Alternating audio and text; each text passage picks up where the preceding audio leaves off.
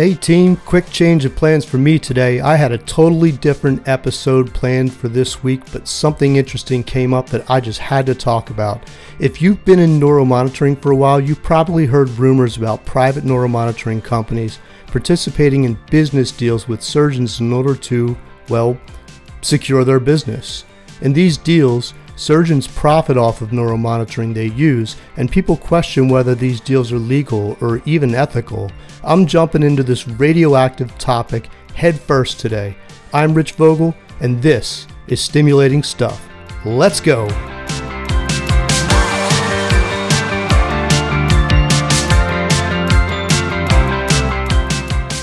Hey yo! Welcome back to the Stimulating Stuff podcast. I'm Rich Vogel, and the struggle is real, my friends.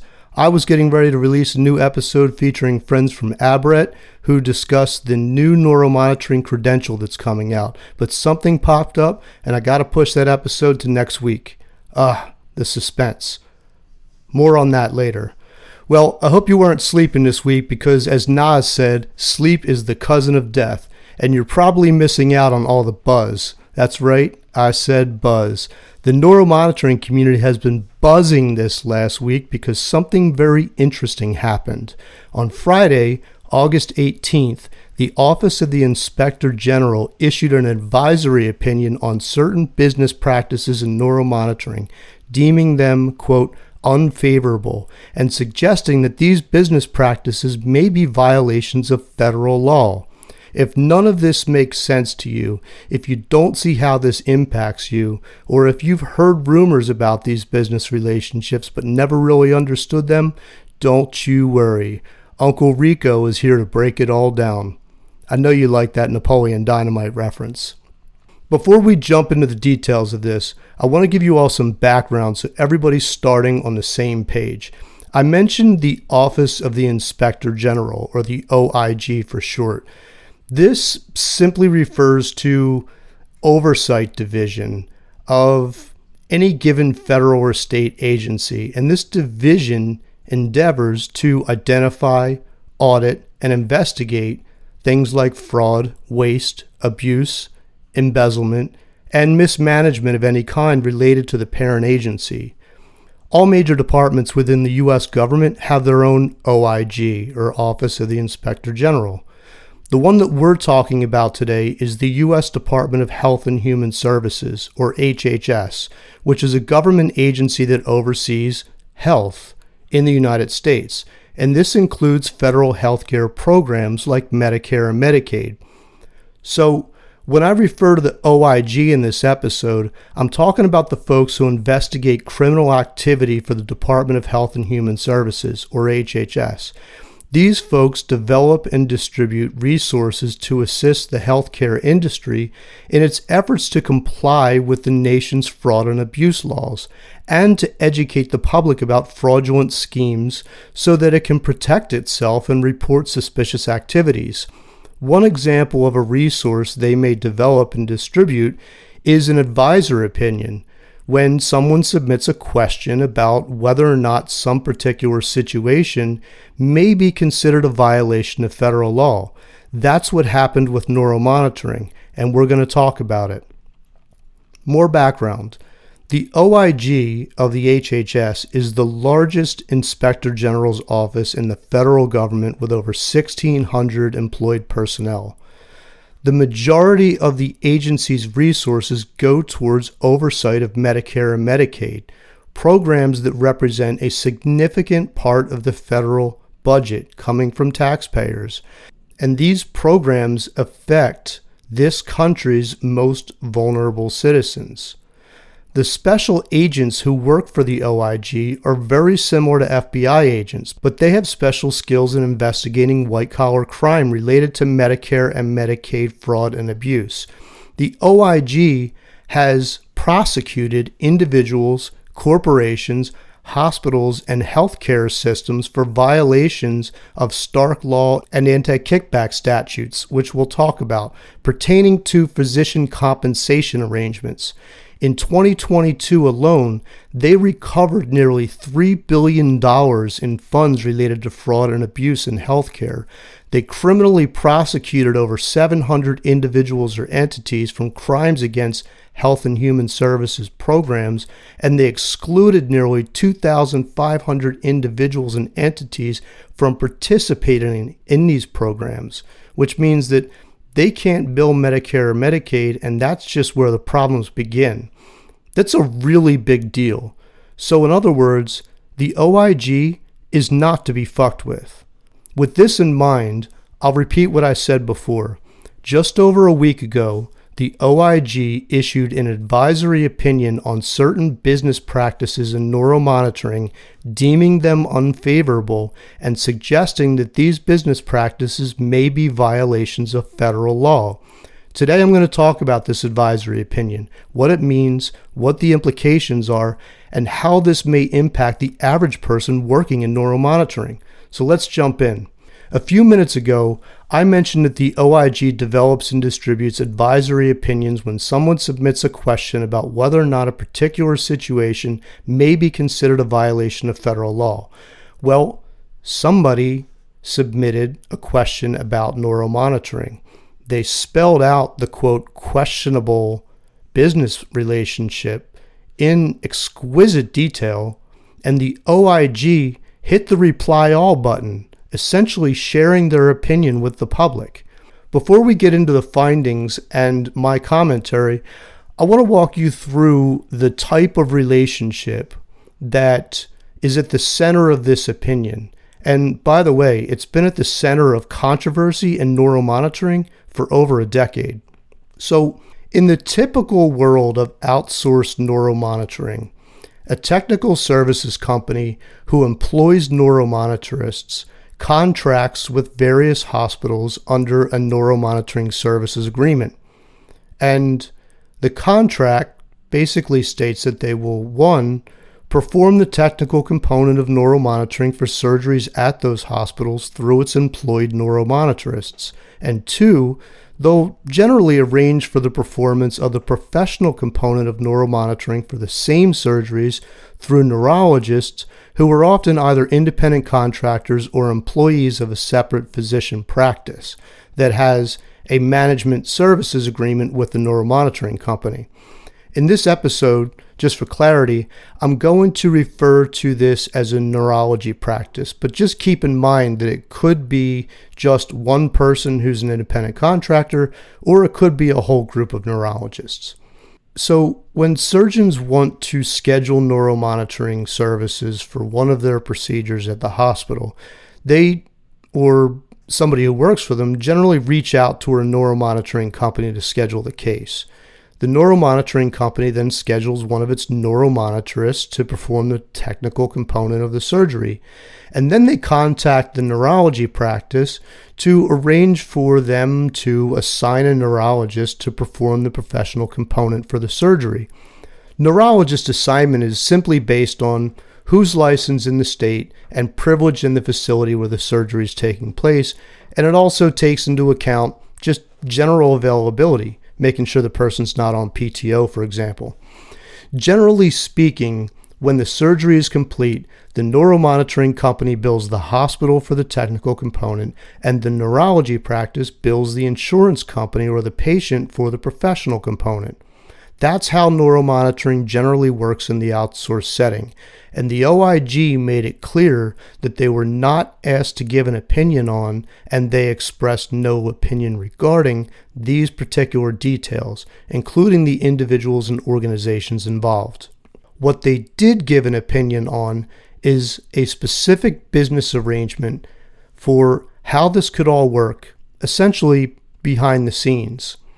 Under that arrangement, the neuromonitoring company offers to assist surgeons who use neuromonitoring with the formation and operation of a new separate company, what they call a turnkey entity that would perform neuromonitoring services and that would be owned by the surgeon or surgeons.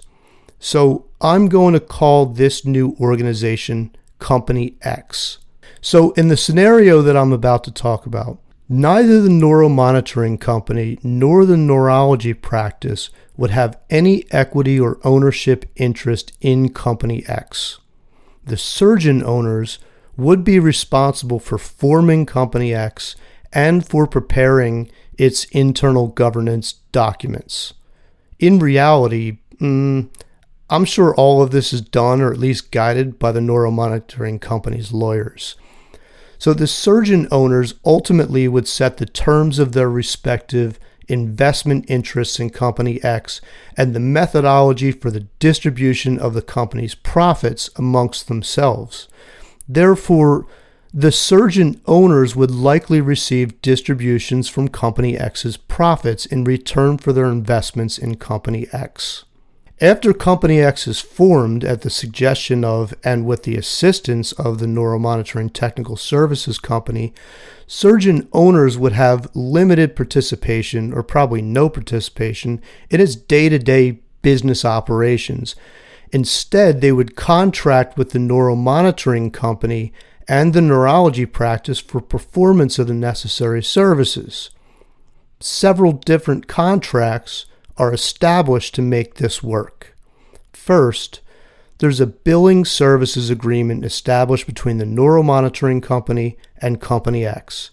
In this agreement, the Neuromonitoring Company would provide to Company X certain administrative services, such as billing and collections, in exchange for a fee from Company X. Second, there's a management services agreement between the Neuromonitoring Company and the neurology practice.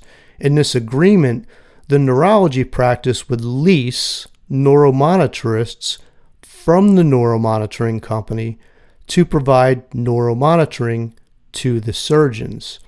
And then third, there's a personal services agreement between the neurology practice and Company X. In this agreement, the neurology practice would provide to Company X the services of its neurologists and the leased neuromonitorists in exchange for a fee from Company X. The services provided by the neuromonitoring company and the neurology practice under these contracts would constitute virtually all of the day-to-day requirements for a neuromonitoring business. So Company X, the surgeon-owned entity, would not need to hire any dedicated employees because the neuromonitoring company and the neurology practice would provide all necessary services for Company X, which is essentially a shell. So, Company X, the shell company, contracts with hospitals under a services agreement that would essentially govern the provision of technical and professional components of neuromonitoring for surgeries at that hospital. Generally, Company X would bill the hospital for the technical component and would bill the insurance company and or the patient for the professional component.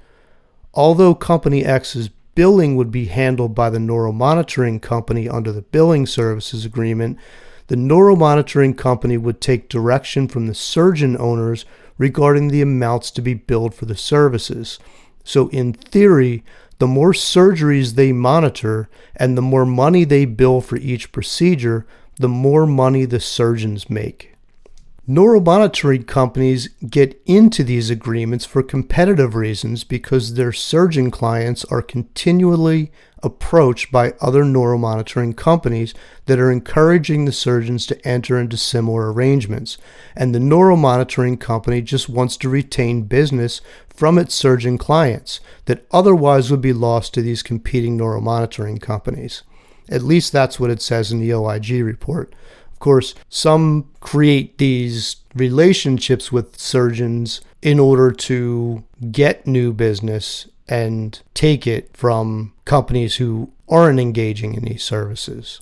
So while Company X would pay a fee to the neuromonitoring company under the billing services agreement and would pay a fee to the neurology practice under a personal services agreement, Company X would likely see substantial profits from the proposed arrangement.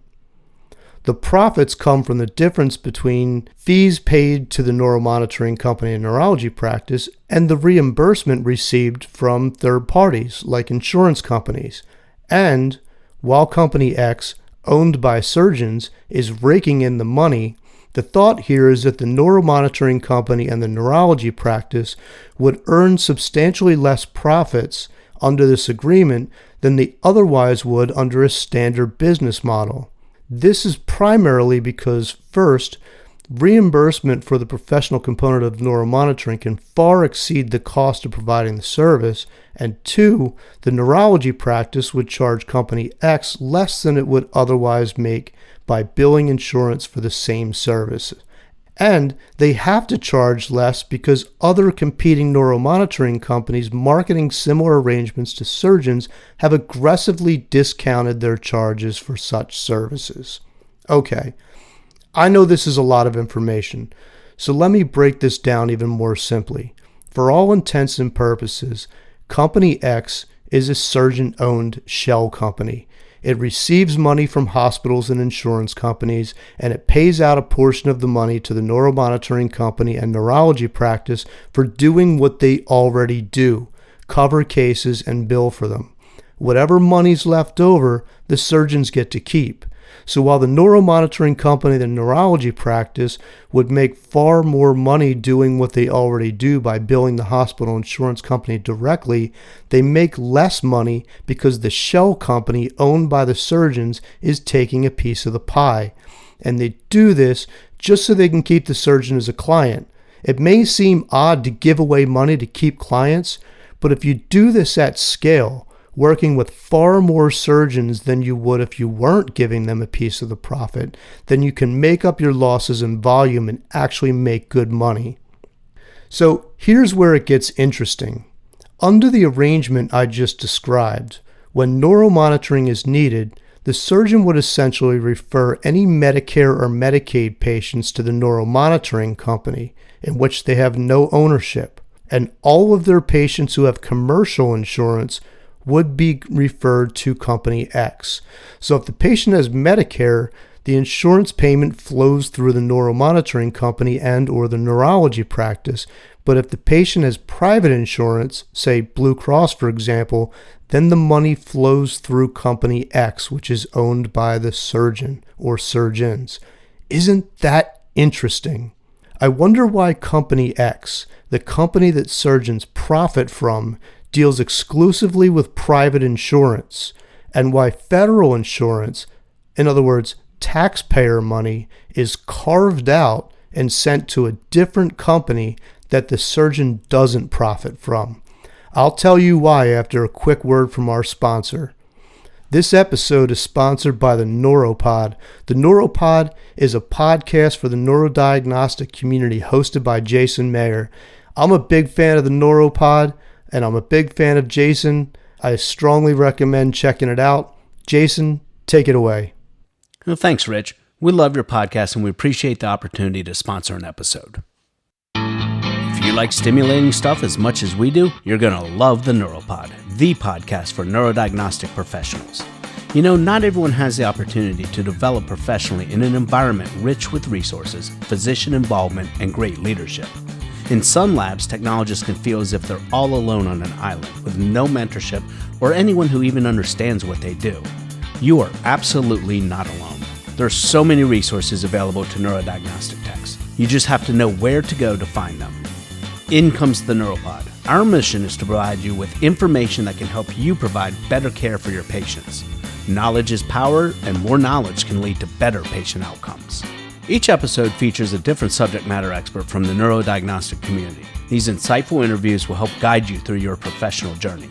Invest in yourself. Go to your favorite podcast service and download or stream the Neuropod today. And if you have topics you'd like more information on, drop us an email at topics@neuroscienceadvisors.com.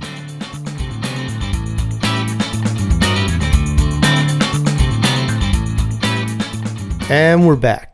So before the break, we were talking about why Company X, the one that surgeons profit from, deals exclusively with private commercial insurance, and why federal insurance, taxpayer money, is carved out and sent to a different company that the surgeon doesn't profit from. Well, I don't want to deal in speculation as to why people are doing this. Instead, Let's just go and see what the OIG said about this particular business arrangement. The first point that they make is that the arrangement would implicate the federal anti-kickback statute. If you haven't taken your compliance courses in a while, the anti-kickback statute is a federal law that imposes criminal and civil penalties on those that knowingly and willfully offer, solicit, receive, or pay any form of payment in exchange for the referral of services or products covered by any federal health care program. In other words, the referral of a Medicare patient for neuromonitoring. The statute covers both those that provide or offer kickbacks and those that receive or solicit kickbacks. So as it relates to the arrangement that we just discussed, the OIG says that this arrangement looks and smells like a kickback because surgeons receive something of value when they use neuromonitoring. And the examples that they give include 1. Discounts under the personal services agreement provided by the neurology practice to Company X. 2. The opportunity for Company X to generate a profit through the difference between the money it receives from insurance reimbursements and the fees paid by Company X to both the neuromonitoring company and the neurology practice under the services agreement. And 3. Returns on investment interests in Company X to the surgeon owners. While the anti-kickback statute technically applies only to patients with federal insurance, and while the surgeons are only using this arrangement for private insurance, the OIG believes these benefits could induce the surgeons to make referrals of neuromonitoring services for which payment could be made by a federal health care program. In other words, some Medicare and Medicaid patients could have their insurance billed by Company X, which, whether accidental or purposeful, would still be considered illegal. They go on to say that the arrangement sets the stage for, quote, significant risk of fraud and abuse. So based on the relevant facts that were submitted to the OIG, they concluded that the arrangement, if undertaken, would generate prohibited benefit to surgeons under the federal anti-kickback statute, which would constitute grounds for the imposition of sanctions. What's interesting to me is how often the OIG uses the words could and potential in talking about fraud and abuse. In particular, they make it sound like it's illegal to do something that could result in fraud and abuse, even if you're not committing fraud and abuse for a federal health care program. Now, I'm obviously not a lawyer, and I don't know for sure what they're trying to communicate using such equivocal language, but I'd love to hear the perspectives of any lawyers who happen to be listening. What's also interesting to me is the part about the carve-out. The OIG says they have long-standing and continuing concerns about arrangements under which parties carve out federal health care program beneficiaries or federal health care program business from otherwise questionable financial arrangements. It sounds to me like they have concerns but can't do much about it, except perhaps send it to a different investigative agency like the FBI. Anyway, the OIG advisory opinion ends with a bunch of caveats. Of particular interest to me is the fact that the person who submitted this inquiry to the OIG only asked about violation of the federal anti-kickback statute. So the OIG only commented on this statute. They did not analyze this agreement against any other federal, state, or local laws, including the Stark Law, which prohibits physician self-referral. So let's talk about that for a second. The Stark Law says that a physician can't request an item or service for a Medicare or Medicaid patient if the physician or immediate family member has a financial relationship with that entity. They also can't refer a patient to an entity for health services if the physician or immediate family member has a financial relationship with that entity. The main goal is to reduce the temptation of over-treating patients simply because it serves a practitioner's financial interest. Think of a surgeon who orders neuromonitoring on every patient for every surgery, regardless of risk to the nervous system, only because they have an ownership interest in the neuromonitoring and they make a profit off of it. This is considered illegal because overutilization of services drives up healthcare costs and it limits competition. Critics of the Stark Law argue that physicians who own, invest in, or operate medical companies, products, services, and facilities are only responding to a need for medical services which would otherwise not be met, particularly in medically underserved areas. Again, I'm not a lawyer, but when I read the arrangement described in the OIG's advisory opinion and I read the Stark Law, I don't see a difference. I'm sure there are nuances, and I can think of a few, but high level, the surgeon owns Company X and uses it exclusively for neuromonitoring by his or her own choice. Seems like self-referral to me. Here's another thing I find really interesting.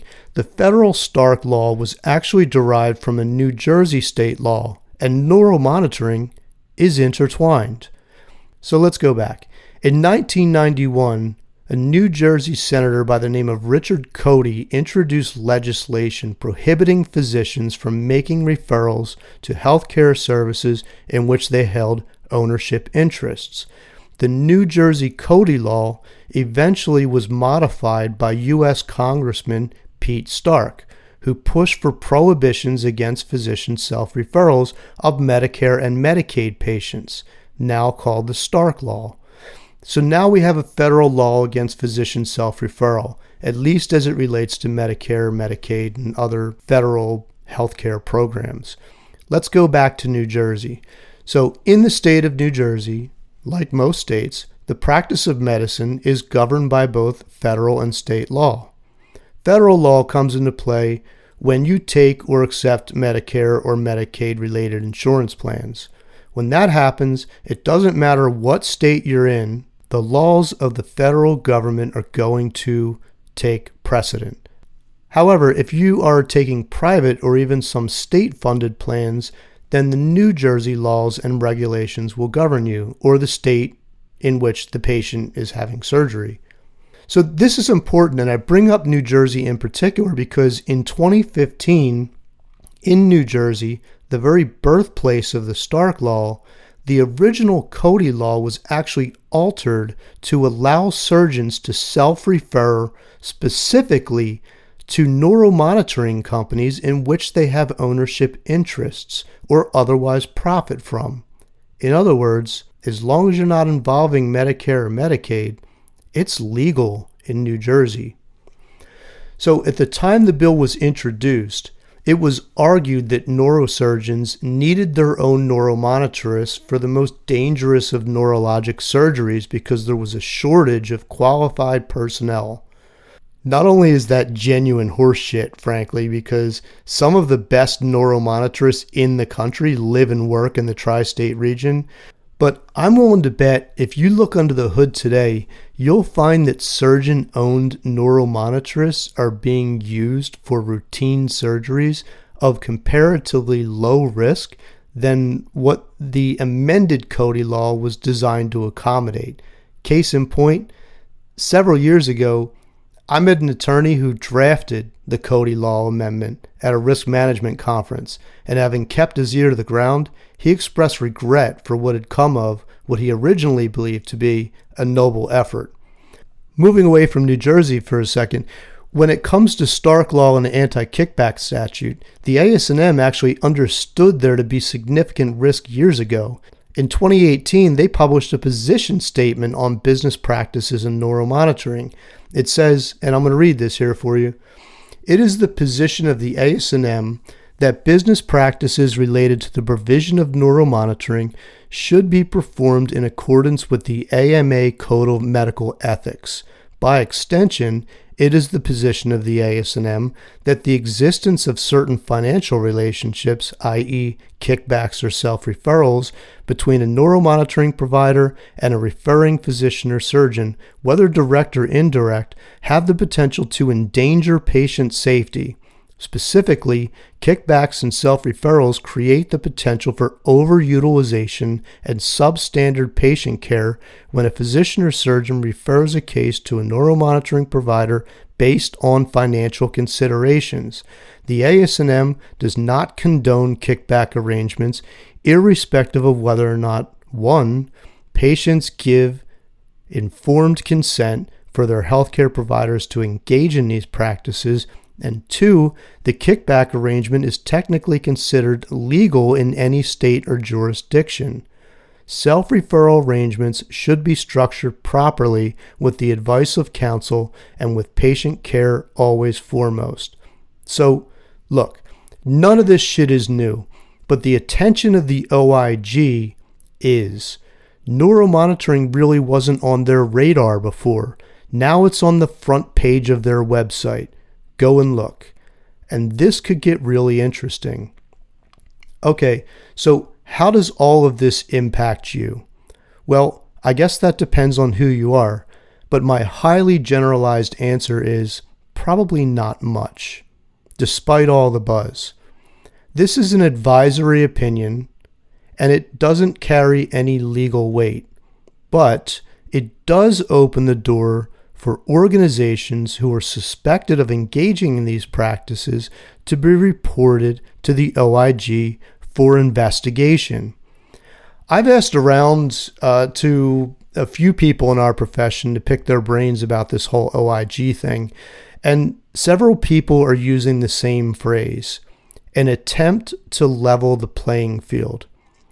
Clearly, someone out there with intimate knowledge of these business relationships submitted this query to the OIG, and I assume that they already knew the answer they were going to get and were then probably prepared to submit a follow-up complaint about a specific organization or group of organizations.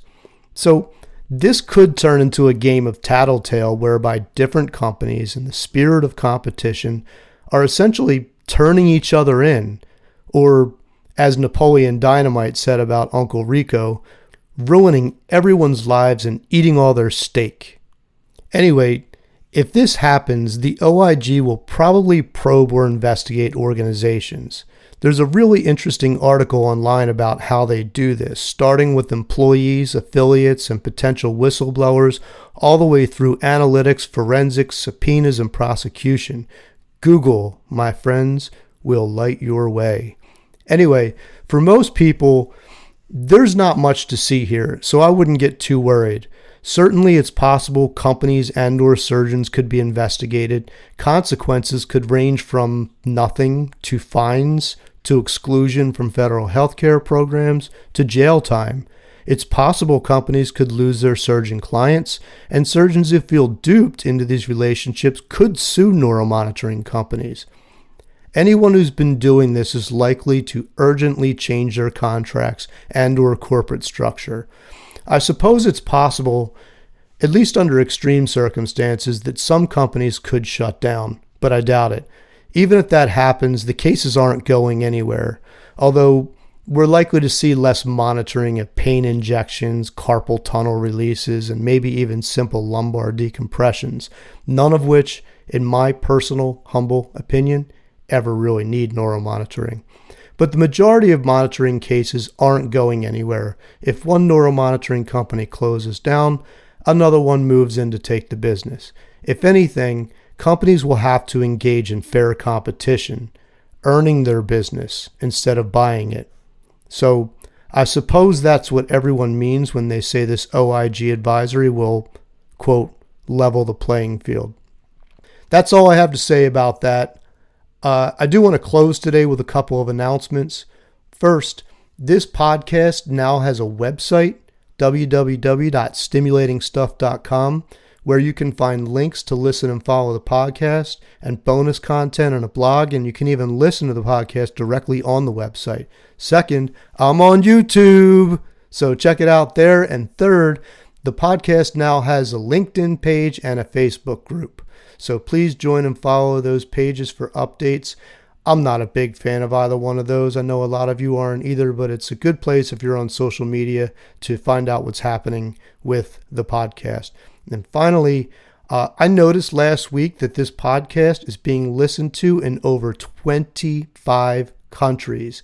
Thank you so much to all my listeners from around the world. I appreciate each and every one of you. I know for those of you overseas, this particular one was probably very U.S. focused, and I apologize for that. But it may actually be of relevance in your country too. So please continue sending me your comments, critiques, and thought-provoking questions. If you don't agree with me, please share your perspectives. I'm not the final word on anything, particularly not the federal justice system. I would love to hear your thoughts on this OIG thing. Lots of people are talking about it.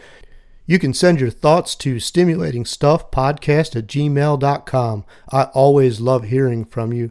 I'm Rich Vogel, a.k.a. Uncle Rico, and that was Stimulating Stuff.